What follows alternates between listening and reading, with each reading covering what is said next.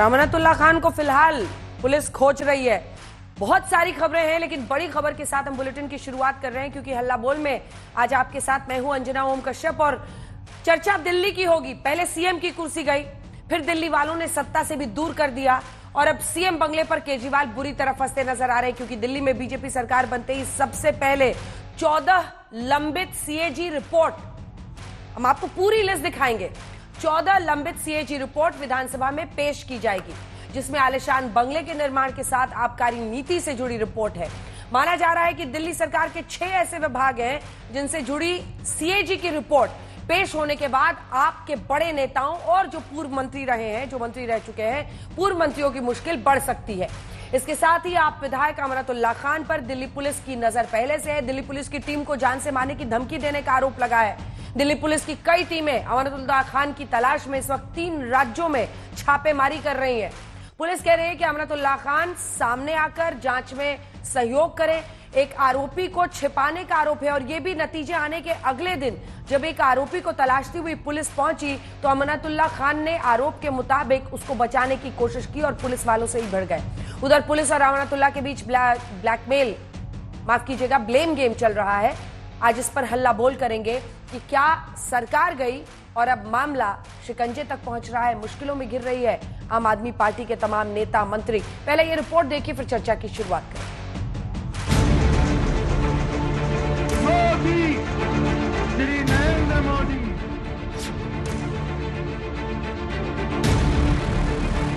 केजरीवाल से पहले दिल्ली वालों का मोह भंग हुआ, उसके बाद अब आलिशान बंगले के मामले में केजरीवाल मुश्किल में घिरते दिख रहे हैं। दिल्ली में भगवा परचम के बाद बीजेपी उनके आलिशान बंगले समेत कई मामले से जुड़ी सीएजी रिपोर्ट विधानसभा में पेश करने वाली है। इसका ऐलान बीजेपी मुख्यालय में जश्न के दौरान पीएम मोदी खुद कर चुके हैं। मोदी, मैं गारंटी दे रहा हूं, पहले विधानसभा सत्र में ही सीएजी की रिपोर्ट सदन में रखी जाएगी। जिसने भी लूटा है उसको लौटाना पड़ेगा। अरविंद केजरीवाल ही नहीं, मनीष सिसोदिया और आपके कई बड़े नेताओं और पूर्व मंत्रियों की मुश्किलें भी बढ़ सकती हैं, क्योंकि सीएजी रिपोर्ट में रडार पर ये 6 विभाग हैं। आबकारी विभाग, पीडब्ल्यूडी, स्वास्थ्य विभाग, शिक्षा विभाग, यमुना सफाई और डीटीसी विभाग। सीएजी रिपोर्ट में कहा गया है कि कई अहम फैसले कैबिनेट या दिल्ली उपराज्यपाल की मंजूरी के बिना मनमाने ढंग से लिए गए। इन 14 लंबित सीएजी रिपोर्ट में से 11 अरविंद केजरीवाल के मुख्यमंत्री काल से संबंधित है। इधर बीजेपी ने साफ कर दिया है कि दिल्ली का नया सीएम केजरीवाल के बनाए आलिशान बंगले में नहीं रहेगा। शीश महल में तो मंत्री और मुख्यमंत्री का जाने का सवाल ही पैदा नहीं होता। भारतीय जनता पार्टी का कार्यकर्ता भी 100 फुट की दूरी से जाएगा। वहां की तो परछाई भी बड़ी बेकार है। और मैं एक महामंत्री के नाते प्रदेश का, मैं ऐसा विचार रखूंगा कि शीश महल को भ्रष्टाचार का म्यूजियम बनाया जाए। लोग जब कुतुब मीनार देखने आते हैं, बिरला मंदिर देखने आते हैं, अक्षरधाम देखने आते हैं, जंतर मंतर देखने आते हैं, तो जंतर मंतर के पास एक भ्रष्टाचार का नमूना केजरीवाल का जो था, अन्ना हजारे के कंधों पर बैठकर जो उसने भ्रष्टाचार की हदें पार कर दी, तो लोग देखने आएंगे तो लोगों को लगेगा कि वास्तव में दिल्ली की जनता बधाई की पात्र है। ऐसे पापी व्यक्ति को उन्होंने विधानसभा तक जाने से रोक दिया। वहीं बीजेपी विधायक और दिल्ली बीजेपी के पूर्व अध्यक्ष विजेंद्र गुप्ता ने एलजी से मिलकर मांग की है कि सीएम बंगले को केजरीवाल ने जितना बड़ा किया था उसे वापस 10,000 गज का किया जाए और बाकी बची जमीन पर सरकारी क्वार्टर बनाए जाए। जो 45 और 47 राजपुर रोड पर थे उनको इसमें मर्ज कर लिया था। लगभग 50,000 गज का इसको बना लिया था पूरी प्रॉपर्टी को। हमने उपराज्यपाल साहब से मांग की है कि इसको रीमर्ज किया जाए, वापस इनको तमाम प्रॉपर्टी जो उसमें मिलाई गई थी उनको दोबारा से रेस्टोर किया जाए। उधर बीजेपी में दिल्ली के नए सीएम को लेकर मंथन जारी है, लेकिन सूत्रों से खबर है कि इस संसद में जेपी नड्डा और अमित शाह के बीच अहम बैठक हुई, जिसमें यह तय हुआ कि दिल्ली का मुख्यमंत्री चुने गए विधायकों में से ही होगा। उधर दिल्ली के ओखला से आप विधायक और पूर्व मंत्री अमानतुल्लाह खान को लेकर भी सियासी संग्राम हो रहा है। दिल्ली पुलिस और अमानतुल्लाह खान के बीच लुका छिपी का खेल चल रहा है। पुलिस का दावा है कि अमानतुल्लाह खान की कोई चिट्ठी पुलिस कमिश्नर को नहीं मिली है। सोमवार को दर्ज एफआईआर के बाद से अमानतुल्लाह जांच में शामिल नहीं हुए। एक तरफ अमानतुल्लाह खान की तलाश में दिल्ली पुलिस की क्राइम ब्रांच, स्पेशल सेल और लोकल पुलिस की टीमें लगी हुई हैं। दिल्ली पुलिस की कई टीमें इंफॉर्मेशन के बाद वेस्टर्न यूपी, राजस्थान और पंजाब के चक्कर काट रही हैं। वहीं अमानतुल्लाह खान ने बुधवार को सुबह दिल्ली पुलिस के कमिश्नर को एक चिट्ठी लिखी और उसमें कहा कि वो ओखला में ही मौजूद हैं और उन्हें कुछ पुलिस वाले फंसाने की कोशिश कर रहे हैं। वहीं अमानतुल्लाह ने दिल्ली पुलिस कमिश्नर को चिट्ठी लिखकर खुद को फंसाए जाने की बात कही है, लेकिन पुलिस आरोपों को खारिज कर रही है। देखिए, ऐसी अभी तक कोई चिट्ठी मुझे जो है अभी तक रिसीव नहीं हुई है। देखिए, अभी जो है इन्वेस्टिगेशन चल रही है और जो संपर्क किया जा रहा है, कोशिश की जा रही है उनको ट्रैक करने की। अभी तक कोई संपर्क नहीं हो पाया। सरकारी काम में बाधा पहुंचाने के आरोपी अमानतुल्लाह खान की तलाश में दिल्ली पुलिस 3 राज्यों में छापेमारी कर रही है। सोमवार को ही पुलिस ने अमानतुल्लाह खान के खिलाफ FIR दर्ज की। अमानतुल्लाह खान पर न सिर्फ अपराधी को भगाने और बचाने का आरोप है, बल्कि सरकारी काम में बाधा डालने के साथ दंगे से जुड़ी BNS की धारा भी लगाई गई है। अमानतुल्लाह पर माहौल बिगाड़ने और भीड़ को उकसाने का भी आरोप है। देखिए आखिर क्यों अमानतुल्लाह पर दिल्ली पुलिस को धमकी देने का आरोप लग रहा है। अमानतुल्लाह ने कहा, तुम्हारी यहाँ आने की हिम्मत कैसे हुई? पुलिस टीम ने आरोपी को पकड़ने में कानून का हवाला दिया तो अमानतुल्लाह खान ने कहा, मैं ऐसी पुलिस और कोर्ट कुछ नहीं मानता।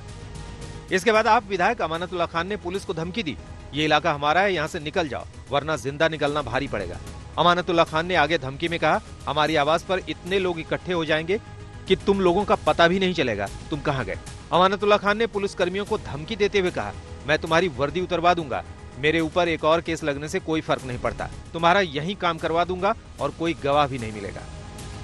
विधायक अमानतुल्लाह खान आपराधिक चरित्र के आदमी हैं। पहले भी उन पर कई मुकदमे चल रहे हैं जहां बार बार वो कानून के साथ खेलने की कोशिश करते हैं, लेकिन इस बार ये उनको महंगा पड़ने वाला है क्योंकि जिस तरह का कृत्य उन्होंने किया है कि हत्या के आरोपी को, जिसको कोर्ट का ऑर्डर है गिरफ्तार करने का, उसको बचाने की कोशिश उन्होंने की है।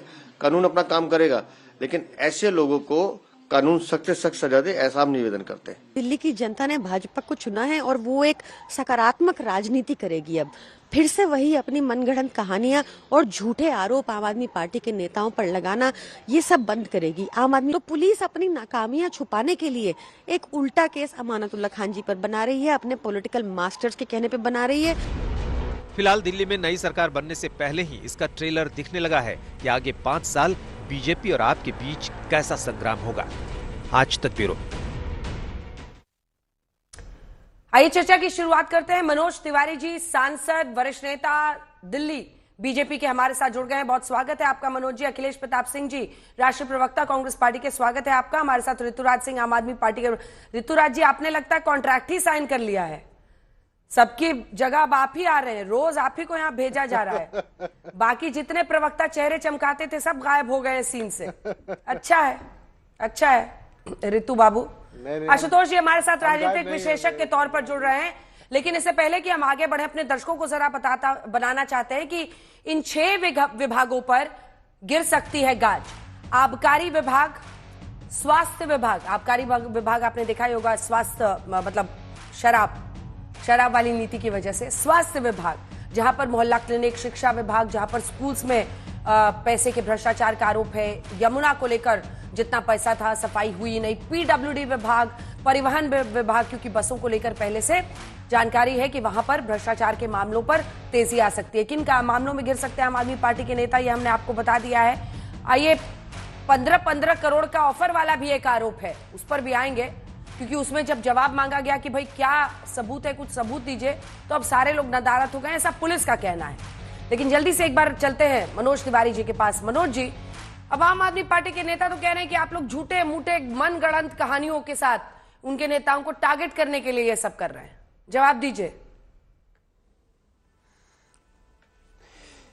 अंजना जी, हम लोग भारतीय जनता पार्टी की जो पहचान जानते हैं वो है जीरो टॉलरेंस अपराध के खिलाफ, जीरो टॉलरेंस भ्रष्टाचार के खिलाफ, माफियावाद के खिलाफ, और हम कभी झूठे मनगढ़ंत केस नहीं लगाते। बहुत सारे ऐसे नेता हैं जो विपक्ष में हैं और उनको कभी भी कोई छू भी नहीं पाया, क्योंकि वो अपने तेवर के लिए जाने जाते, अपनी सच्चाई के लिए जाने जाते होंगे। जो गलत करता है उससे भारतीय जनता पार्टी उसके खिलाफ कंप्लेन करने में, उसकी गलतियों को उजागर करने में कभी संकोच भी नहीं करती। तो ये जो दिल्ली में प्रकरण आया है, जिसके संदर्भ में आप ये बात कह रही हैं, हमारे यहाँ आज बहस में जितने भी हमारे साथी लोग हैं अलग अलग पार्टियों के, ये सबको पता है, ये ऑन स्क्रीन तो सब लोग नहीं बोलेंगे, मगर अमनतुल्ला खान जैसे व्यक्ति का किसी पार्टी में होना उस पार्टी का अपने आप में चरित्र दर्शा देता है। अमनतुल्ला खान पे एक केस नहीं है, अमनतुल्ला खान पे बहुत सारे केस हैं। एक केस तो हमें ही सिग्नेचर ब्रिज से ढकेलने का, हमारे ऊपर अटैक करने का, मनोज जी को अभी जीत के आए हैं ना, ओखला से फिर जीते हैं, फिर चुनाव जीते हैं। नहीं, कोई बात नहीं, चुनाव जीतने से अपराध खत्म नहीं होता है। जो आपराधिक चरित्र है, जो आपराधिक रिकॉर्ड है, वो तो रहता ही है। इसलिए अभी भी देखिए, आज भी झूठ बोला गया कि मैंने पत्र लिखा है, मगर पुलिस को पता चल रहा है कि नहीं, कोई पत्र नहीं आया है। तो आम आदमी पार्टी के लोग भी जानते हैं कि अमनतुल्ला खान जैसे लोगों के कारण ही, एक बहुत बड़ा कारण ये भी है कि आम आदमी पार्टी का ये हश्र हुआ है और लोग उसको अपराधियों की पार्टी कहने लगे। तो अभी और भी बहुत सारे ऐसे लोग हैं जो अपराध करेंगे या अपराध के डेटा आएंगे तो उनके खिलाफ हम वैसे ही दिखेंगे। अच्छा सांसद जी, ये बताइए कि क्या होना चाहिए सीएम आवास का, जिसको आप लोग शीश महल कहते थे, मुख्यमंत्री का जो बंगला था, उसको लेकर आप लोग क्या सोच रहे हैं? कभी विजेंद्र जी लिखते हैं कि उसको गिरा देना चाहिए, कभी विजेंद्र जी लिखते हैं कि अन्य नेता कहते हैं कि म्यूजियम बन जाना चाहिए, कुछ नेता कहते हैं कि जो आसपास के घर को रोका गया है वहां पर घर वापस बनाया जाना चाहिए। क्या चाहते हैं मनोज जी, आप क्या चाहते हैं? अच्छा, अपने मन का बताइए, इस घर का जो हम लोग दिखा रहे हैं बीच में, इस घर का क्या होना चाहिए? देखिए, अपने मन का तो कोई भी कुछ कह सकता है, लेकिन मैं आपको जो मैं पार्टी का स्टैंड बताऊं, जो पार्टी चाहती है कि हमारा भारतीय जनता पार्टी का जो कार्यकर्ता सीएम होगा वो इस शीश महल में नहीं रहेगा। वो एक हाउस ऑफ करप्शन है, वो एक ऐसा घर है जिसके अंदर कोरोना के समय मृत हुए। ठीक है, लेकिन अभी हम जो विजुअल दिखा रहे हैं, एक बार इसको स्ट्रेट कर सकते हैं क्या? एक सेकेंड, ये जकूजी वाला हिस्सा है जिसकी आप लोग हमेशा चर्चा करते थे, टेम्परेचर रेगुलेटेड वाला जो पूरा, ये देखिए, ये जकूजी जो मल्टीपल अंदर में सोना बाथरूम है और ये सब है। नहीं, इसका करिएगा क्या? मतलब अगर है ना, देखिए, कोई रहेगा नहीं तो ठीक है, लेकिन इसका करिएगा क्या? देखिए, क्या सोच रहे हैं आप लोग? ये गोल्ड प्लेटेड झूमर, ये इस तरह की जकूजी, नहीं, हम कहाँ गए अभी, हम तो अभी गए नहीं, लेकिन एक बार जरूर देख करके इसके बारे में लोगों को बताएंगे। हालांकि हम ये जो तस्वीरें हैं ये हमने भी ट्वीट किया था। और देखिए, बात घर की नहीं है, बात चरित्र की है अंजना जी। बात उस व्यक्ति की है जो कहता तो है कि हम 4 कमरे के घर में, 2 कमरे के घर में रह लेंगे, लेकिन चाहिए उनको इस तरह का घर, इस तरह का शीश महल, इस तरह का राजमहल। तब मैं उस चरित्र को जानने के लिए इस घर को देखना जरूरी है। हम लोगों का भी घर है, हम सांसद हैं तो हम अभी जहां बात कर रहे हैं, लेकिन हमको तो ये पीछे जो ये क्या है जो ऊपर नीचे होता है, इसको भी देखिएगा तो ये तो हम लोग अपने पैसे से लगवाते हैं, और लगवाते भी है तो सबसे सस्ता वाला लगाते हैं। मेरे पीछे लगा हुआ है, पर तो सब लोग रेनोवेशन तो सब लोग करा ही लेता है सांसद जी, सब लोग अपने अपने घर का रेनोवेशन तो थोड़ा बहुत कराता ही है सरकारी बंगले का।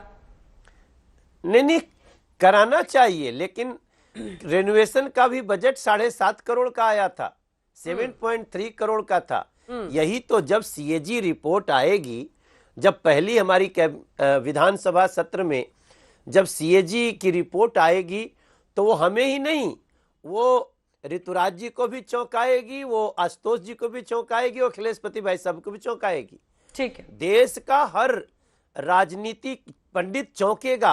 अंजना जी, आप जितना चौंकेगी सीएजी रिपोर्ट के बाद, क्योंकि वही सीएजी रिपोर्ट सबको जो पता है कि 2013 में यही सीएजी रिपोर्ट अरविंद केजरीवाल जी के हाथ में थी, और वही सीएजी रिपोर्ट को आप विधानसभा में टेबल नहीं होने दिए।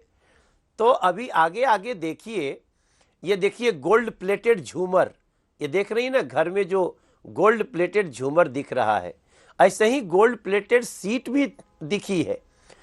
तो ये सब कुछ बताता है कि जो व्यक्ति अपने को आम आदमी कहते थे वो बहुत विशेष और खास से खास आदमी है। वो आम आदमी को सिर्फ धोखा दिया उन्होंने। ऋतुराज जी, अब आप जवाब दीजिए, क्योंकि अब तो तस्वीरें हम लोग दिखा रहे हैं अपने दर्शकों को। ये जो आप लोग कहते थे कहाँ है जकूजी दिखाइए, कहाँ पर ये टेम्परेचर रेगुलेटेड मल्टी शार वाला सोना बात, ये वो आम आदमी के नेता और घर ऐसा, तो लोगों के मन में सवाल आ रहा है। आज वैसे आपकी ऊर्जा दिख नहीं रही है। अब आप लोग सोच रहे हैं चुनाव खत्म हुआ, आप काहे को लड़े इसके लिए?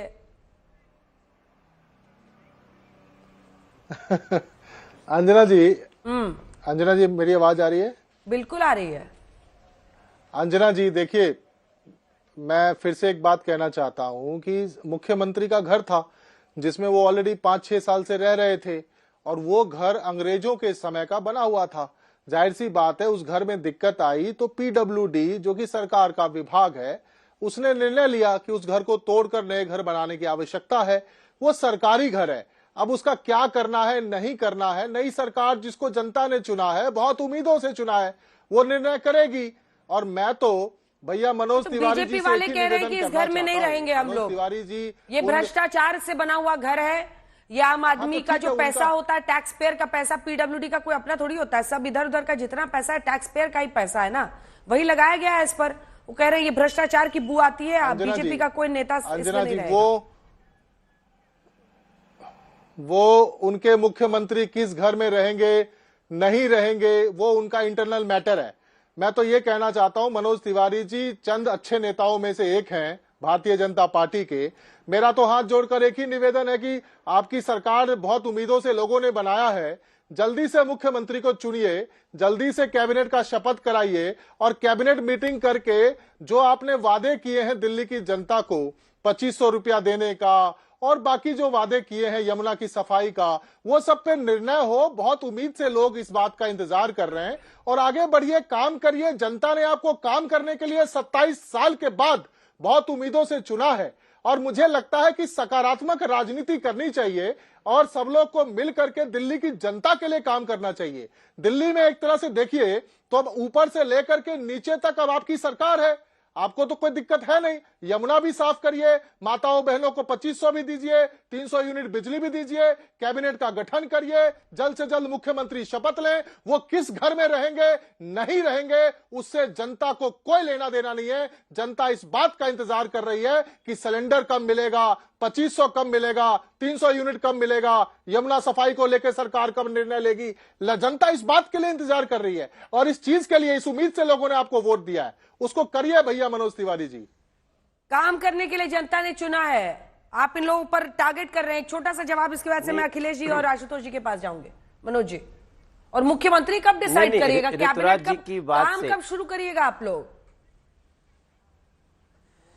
ऋतुराज जी ने जितनी बातें करी हैं अच्छी बात है, अब हम उसी तैयारी में हैं।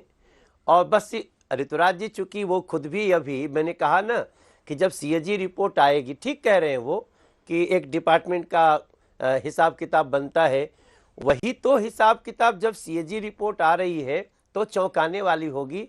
बहरहाल बिल्कुल ऋतुराज जी, अब हमारा फोकस इसी पे है कि हम कैसे गरीब महिलाओं को 2500 रुपये देने के लिए, हमारे गर्भवती माताओं को 21,000 रुपया, गरीबों को इलाज।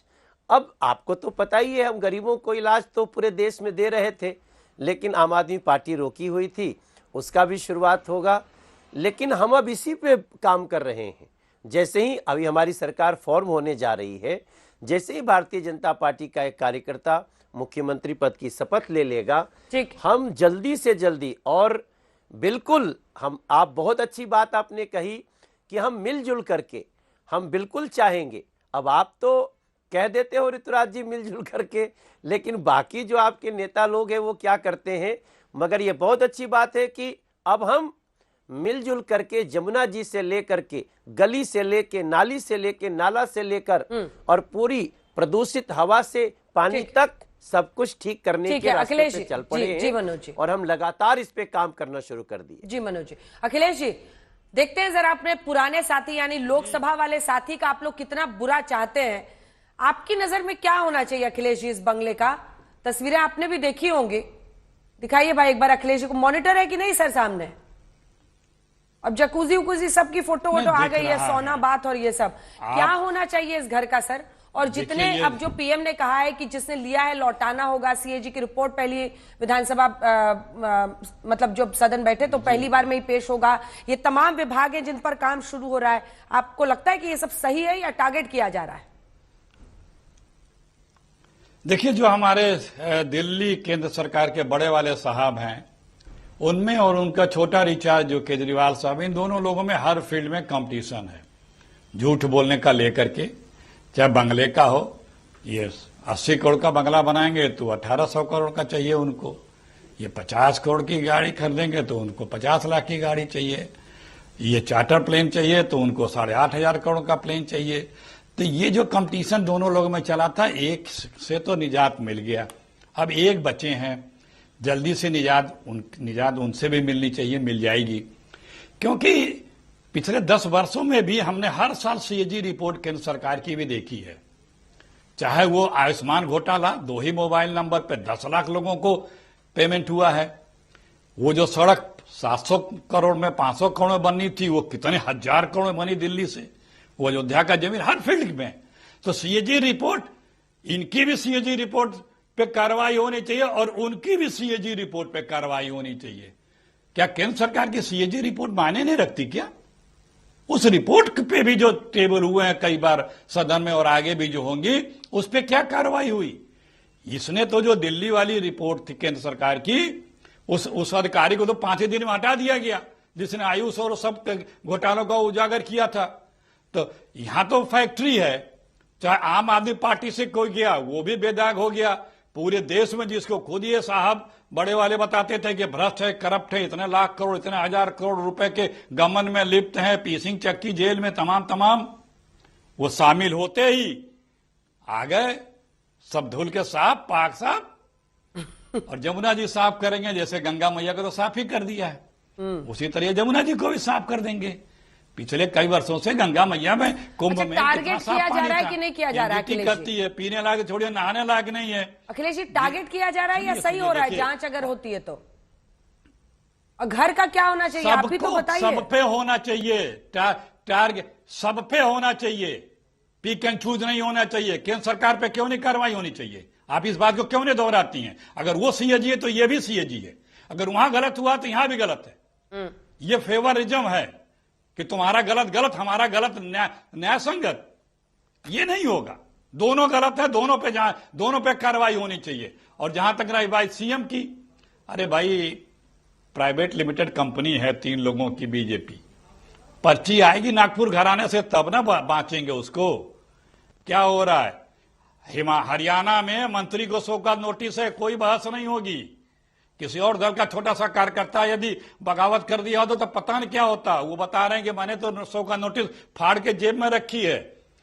राजस्थान में मंत्री को शो का नोटिस, महाराष्ट्र में भाजपा के नेत्री बगावत पे, यूपी में विधायक मंत्री बगावत पे। विधायक बता रहा है रोज 50,000 गाय कटती हैं, 150 टन बीजेपी के किसी नेता के घर में गाजियाबाद में। इसका जवाब मनोज जी से लेंगे कि मनोज जी खाली दिल्ली वाले और आम आदमी पार्टी के नेताओं पर क्यों, अपने नेताओं पर आप जांच बिठाइए जहां पर आरोप लग रहे हैं। लेकिन उससे पहले आशुतोष जी, आपके क्या विचार हैं? क्या टारगेट किया जा रहा है या सच आना चाहिए? अगर आबकारी नीति को लेकर आबकारी विभाग, स्वास्थ्य विभाग, शिक्षा विभाग, पीडब्ल्यूडी, यमुना की सफाई, परिवहन, सब पर तेजी से अब काम हो रहा है। कुछ अधिकारियों को हिरासत में भी लिया गया है। ठीक काम हो रहा है या टारगेट किया जा रहा है? और मुख्यमंत्री आवास का क्या होना चाहिए? मुख्यमंत्री आवास के बारे में तो भारतीय जनता पार्टी की सरकार को फैसला करना, मुझे तो फैसला करना नहीं है। अगर मुझे अपने दिल में कुछ तो आपके होगा, कुछ तो आपको लगता है। आपकी तो हर बात पर एक ओपिनियन होता ही है आपका। तो बुलडोजर लेके गिरा दीजिए उसको, मेरा तो साफ कहना है। अच्छा, और कंक्रीट पोल्यूशन जो होगा? अब हमारे ख्याल से आजकल इतनी अच्छी टेक्नोलॉजी आ गई है कि उसको आराम से आप साफ कर सकते हैं। देखिए, सवाल उस मुख्यमंत्री के निवास का नहीं है। सवाल उस पर गंभीर है कि आम आदमी पार्टी जिन उद्देश्यों को लेकर चली थी उन उद्देश्यों से भटकी या नहीं भटकी, ये बड़ा सवाल है। उसमें बहुत लंबी चौड़ी चर्चा हो चुकी है। लेकिन जहां तक टारगेट करने का प्रश्न है, मेरा तो साफ तौर पर मानना है कि भारतीय जनता पार्टी ने चुनाव के दौरान, चुनाव के पहले लगातार ये कहती रही कि अगर उनकी सरकार आएगी तो उन सरकार जो सरकार है वो तमाम आरोपों की जांच कराएगी और उसके बाद जो दोषी होगा उसके खिलाफ कार्रवाई होगी। और प्रधानमंत्री जी ने तो जिस दिन दिल्ली में बीजेपी की जीत हुई थी उस दिन में उन्होंने इशारा किया था। तो आज अगर वो कार्रवाई कर रहे हैं तो उसमें कुछ भी छुपा के तो नहीं कार्रवाई कर रहे हैं। इसलिए अगर टारगेट करने का आरोप था तो फिर चुनाव के पहले वो आरोप लगना चाहिए था। मेरा साफ तौर पर मानना है कि चूंकि लिकर जो शराब घोटाले के जो गंभीर आरोप है उस पर फास्ट ट्रैक करके जितनी जल्दी हो उतनी जल्दी उस पर फैसला होना चाहिए। अगर आरोप साबित होते हैं तो भी जल्द फैसला होना चाहिए और अगर आरोप नहीं साबित होते, जैसा कि आम आदमी पार्टी कहती है कि किसी तरीके का कोई मनी ट्रेल नहीं मिला, तो उसमें राजनीति की बजाय फास्ट ट्रैक करके 6 महीने के अंदर फैसला करके कोर्ट से उस पर वारा न्यारा हो जाना चाहिए। शीश महल को लेके तो साफ तौर मेरा मानना यह है कि उस पर भी राजनीति ही हो रही है। अगर लगता है कि वो भ्रष्टाचार की एक इमारत है तो बुलडोजर लाइए, कैबिनेट में फैसला करिए और उसको डिमोलिश करिए। उसको बुलडोजर से कह रहे हैं आशुतोष जी गिराने, दिखाइए भाई मनोज जी को और मुझे आशुतोष जी के साथ। आशुतोष जी कह रहे हैं बुलडोजर से गिराइए। सांसद जी नहीं, आशुतोष जी का अपना विचार है। और देखिए 2-3 बात, एक बात बहुत अच्छी बात कही आशुतोष जी ने कि सबसे महत्वपूर्ण है कि जो उद्देश्य को लेकर चली थी आम आदमी पार्टी उस चरित्र का दर्शन जरूर होता है शीश महल वाले में। दूसरी बात में अखिलेश भाई साहब ने अभी बातें करी। आजकल एक बहुत चर्चा में एक लाइन है कि कृपया जीरो चेक कर लें। आजकल राहुल जी की एक तस्वीर लगती है पेट्रोल पंप पे और स्कूटर लेके खड़े हैं, तो वो बोलते हैं कि जीरो चेक कर लें, तो तेल भरने वाला बोलता है कि भाई साहब बहुत दिन से जीरो आ रहा है। मैं समझ नहीं पाता हूं कि कांग्रेस अभी भी इस देश में कुछ अच्छा हो रहा है उसको स्वीकार करने को तैयार नहीं है। कांग्रेस कभी भी आज भी भारत के गौरव को लेकर के कभी गौरवान्वित नहीं दिख रही है। कांग्रेस आज थोड़ी सी संभली, जो दिल्ली में चुनाव लड़ी 4% से 6.5% पे गई है। मेरा मानना है कांग्रेस अपने अस्तित्व की लड़ाई लड़ रही है, लेकिन कांग्रेस को या किसी अन्य पार्टी को, देखिए मैं कई बार जब ऐसे बहस सुनता हूं अंजना जी ना, तो मुझे समझ में नहीं आता कि इस बात का मैं कैसे जवाब दूं। क्या जिस तलखी से, जिस श्रूडनेस से वक्ता लोग बोलते हैं, हम उसको कैसे चैलेंज करें। मेरा मन नहीं करता करने का। मुझे पार्टी कहती है आज तुम बैठो, मैं सोचता हूं इस देश के गौरव को अगर गौरव नहीं समझ सकते तो फिर राजनीति में रहना बेकार है। गलती हो बताइए। अखिलेश जी ने जो बातें कही उसमें दोनों बातें कह दी। हम अपने लोगों को भी शो कॉज नोटिस देते हैं, हम अपने लोगों को भी गलती होने पे उनको टोकते हैं, हम अपने लोगों से भी गलती होने पे उनसे सॉरी बुलवा देते हैं। आपने अपने किस नेता पर जांच बिठाई है मनोज जी? आपने अपने किस नेता पर जांच बिठाई, एक बार दिखाइए मनोज जी को, दिखाइए किस नेता पर जांच बिठाई है आपने? नहीं, हाँ बहुत सारे हमारे एक मिनिस्टर साहब थे, उनके खिलाफ कुछ बात आई तो उनको मिनिस्टर से हट करके जांच को सामना करने को कहा गया। अब बार बार हम उसका नाम लेकर के किसी को ऐसे नहीं दिखाना चाहते, लेकिन अभी भी तो चाहे कोई शो कॉज नोटिस हो या फिर पूछताछ हो या किसी से कुछ बात हो ही जाए, तो अगर गलत बात हुई तो अपने संस्कार और चरित्र के अनुसार भारतीय जनता पार्टी कहती है इसको ठीक करें। तो ये भारतीय जनता पार्टी करती है। और हम कई बार हम लोग, अब हम नाम लेकर के, कई ऐसे नाम है अंजना जी जहां पे हमको लगा तो हमने, आप दिल्ली के मदन लाल खुराना जी, उनका एक बार नाम आ गया था हवाला में किसी के डायरी में, उनको हटना पड़ा था। लालकृष्ण अडवाणी जी को नाम आ गया था, जब तक वो बरी नहीं हो गए तब तक वापस नहीं आए। क्या राजनीति में इस मर्यादा का पालन नहीं हो सकता, इस नैतिकता का पालन नहीं हो सकता? आम आदमी पार्टी क्यों गई? क्योंकि जब वो पाप करते थे, अपराध करते थे, कोई बात उठी तो सीधे क्लीन चिट दे देते थे अरविंद केजरीवाल जी। अरे भाई, जांच तो कहीं भी आरोप हो तो जांच होनी चाहिए। ठीक है, आपने राहुल जी अगर का जब जिक्र किया तिवारी पे कोई बात होगी तो भी, बोलिए पूरा कीजिए जी, पूरा कीजिए। अगर मनोज तिवारी का भी नाम आएगा तो भी हमारी पार्टी कहेगी नहीं, जांच करवा लो। इसलिए जो पार्टी जांच को ही तैयार नहीं है, जो पार्टी आरोपों को जानबूझ के अपराध को दबाने की कोशिश करे, उसको मैं मानता हूं कि अब राजनीति बदल गई है। कांग्रेस रिकॉर्ड बना चुकी है और राहुल गांधी जी भी रिकॉर्ड बना चुके हैं। जी अभी हम पढ़ रहे थे टोक रहे मनोज जी, ये तस्वीरें हम दिखा रहे हैं प्रधानमंत्री नरेंद्र मोदी और फ्रांस के राष्ट्रपति इमैनुअल मैक्रोन, क्योंकि प्रधानमंत्री एक फ्रांस के बेहद सफल दौरे के बाद अमेरिका के लिए रवाना हो रहे हैं। प्रधानमंत्री नरेंद्र मोदी AI समिट में भी शामिल होते हुए दिखे। वाणिज्य जो वहां पर उच्चायोग है उसका भी उन्होंने वहां पर उद्घाटन किया और उसके बाद वो अब सेना की तरफ से सलामी लेते हुए अमेरिका के लिए रवाना हो रहे हैं, जहां पर अमेरिकी राष्ट्रपति डोनाल्ड ट्रंप के साथ उनकी चर्चा होनी है और दोनों देशों के रिश्तों को कैसे आगे ले जाया जाए इस पर पूरी चर्चा होनी है। ये तस्वीरें हम आपको दिखा रहे हैं जब प्रधानमंत्री विदा ले रहे हैं। राष्ट्रपति इमैनुअल मैक्रोन और उनके बीच की गर्मजोशी इन तस्वीरों में दिखाई दे रही है। फ्रांस से US के लिए रवाना हो रहे हैं प्रधानमंत्री नरेंद्र मोदी।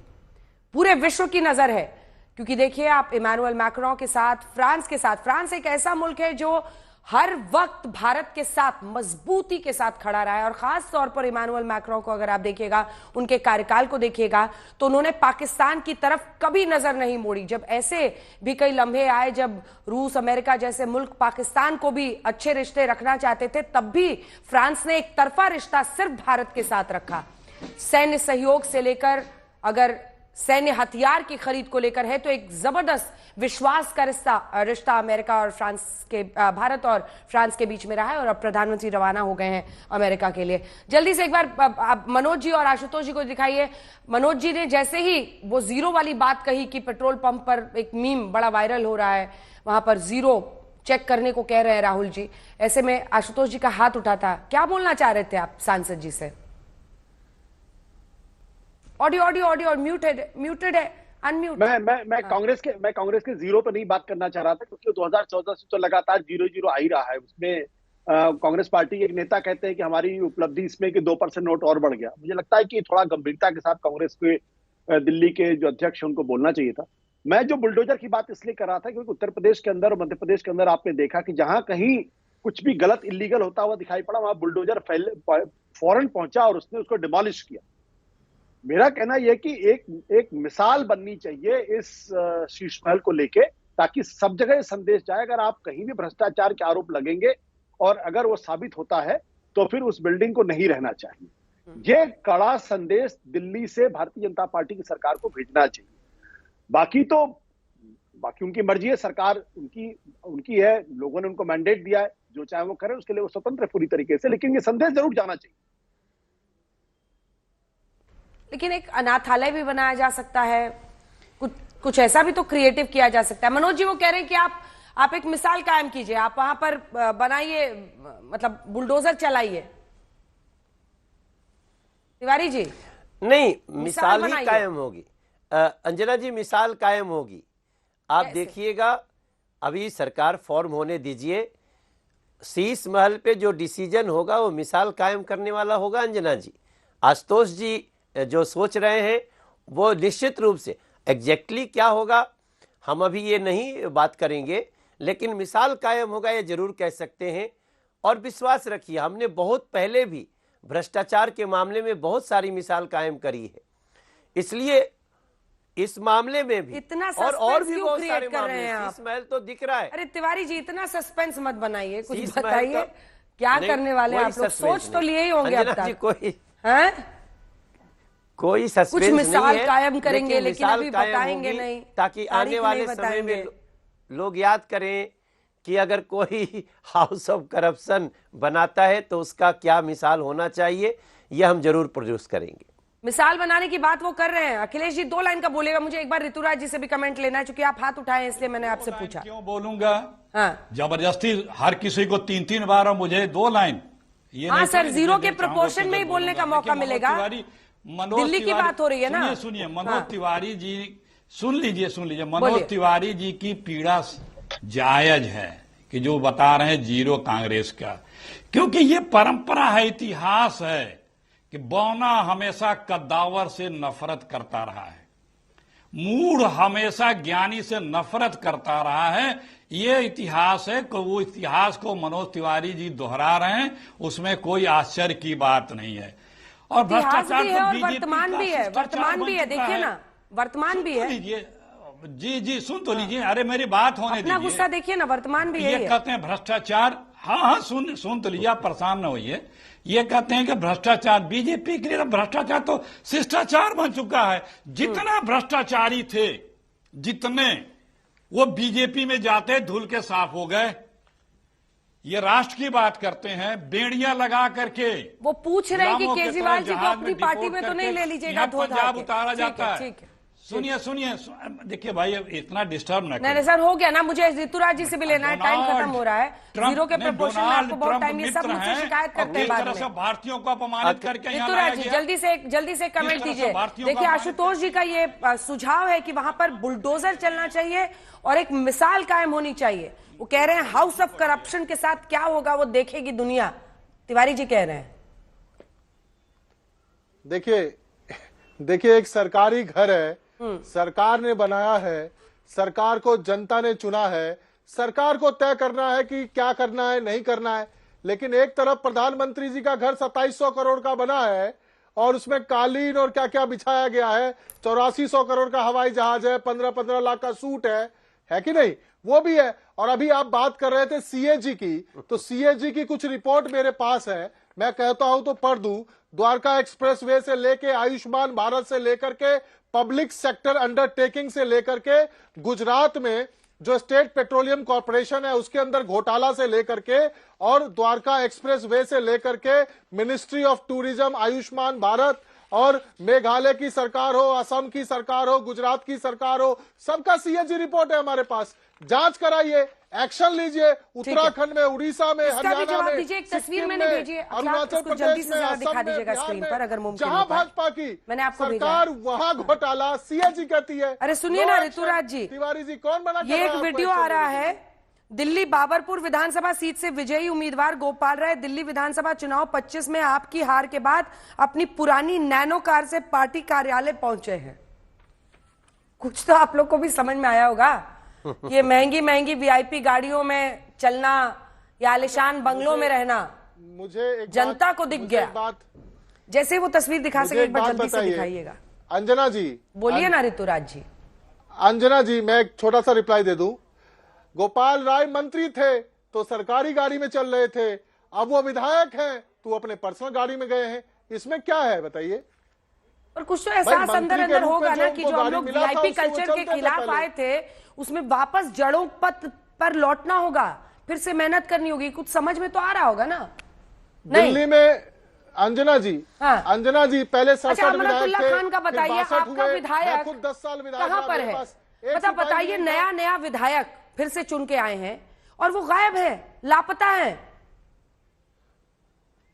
हमारा विधायक कहीं नहीं गया है अंजना जी।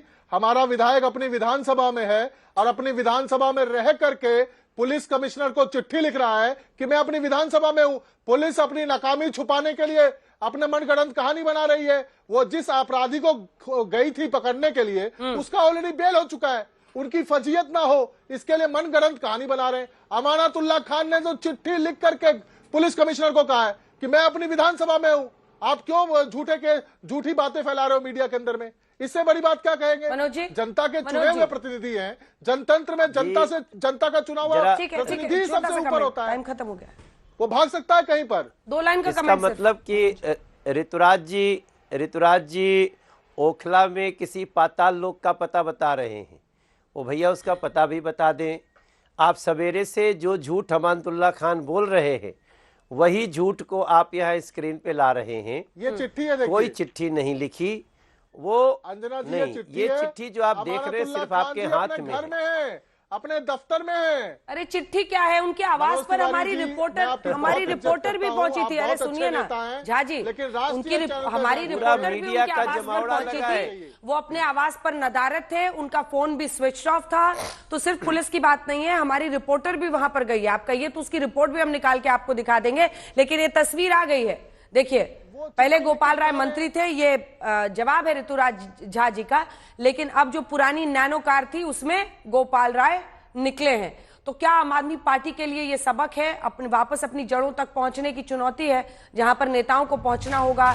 ऑल्टो, नैनो जिसमें पहले चलते थे, वीआईपी कल्चर के खिलाफ बोलते थे, वहीं पर वापस जाने की जरूरत है। बहरहाल ये पार्टी को सोचना, उन्हें करना है, लेकिन जो भी एक्शन होता है नहीं होता है। और मनोज जी, जल्दी से एक बार खाली मनोज जी को दिखा दीजिए। मनोज जी, कब सीएम बताइएगा आप लोग?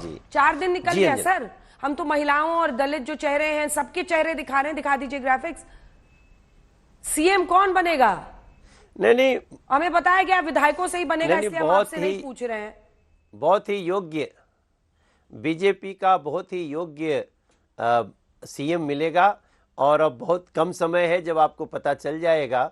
हमारी ये सारी कवायद जारी है। देखिए, मैं जो नैनो पे मुझे याद आ गया अंजना जी, अब ये नैनो देख के दिल्ली की जनता डर गई होगी। अरे बाप रे बाप, फिर से ये लोग कुछ धोखा देंगे, अरे बाप रे बाप, फिर से कोई झूठ रचेंगे।